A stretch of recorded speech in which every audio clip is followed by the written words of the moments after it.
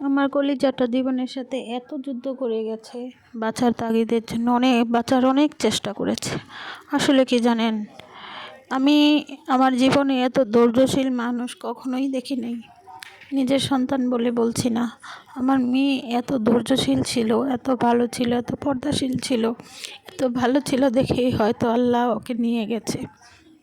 ছোটোবেলায় একবার নিউমোনিয়া হয়েছিল, তখন যদি মারা যাইতো হয়তো আমার এত কষ্ট হইতো না। তারপর আল্লাহর সিদ্ধান্তই উত্তম সিদ্ধান্ত, আল্লাহর দিকে তাকিয়ে আছি। কিন্তু সন্তানের মুখখানা সব সময় চোখের সামনে ভাসতেই থাকে, কখনো তারে বলতে পারি না, একটা সেকেন্ডের জন্য মন থেকে ফেলতে পারি না। ওর আঘাতে আঘাতে আমি আজকে হার্টের রোগী হয়ে গেছি।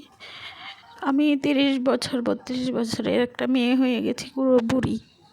বীর মুখে সন্তান হারানোর ব্যথার মতন আর তীব্র ব্যথা যন্ত্রণা আর কিছুতে নাই। সন্তানের ব্যথায় ব্যথিত অন্তর। সবাই আমার মেয়েটার জন্য দোয়া করবেন। অনেক ভালোবাসি, অনেক মিস করি মা। তোমাকে ছাড়া তোমার মা ভালো নাই। এত আম্মু আম্মু করে আর আমাকে কেউ ডাকবে না, মাম্মিকে বলে আমাকে কেউ আর ডাকবে না।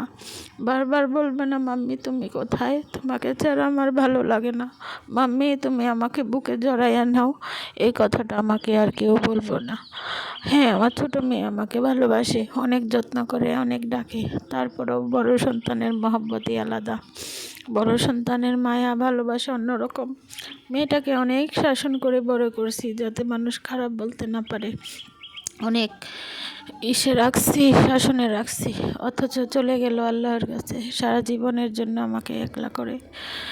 কেন জানি না, আজকে ওর কথা খুব মনে পড়ছে। সবাই ভালো থাকবেন। আসসালামু আলাইকুম। আমার মেয়েটার জন্য দোয়া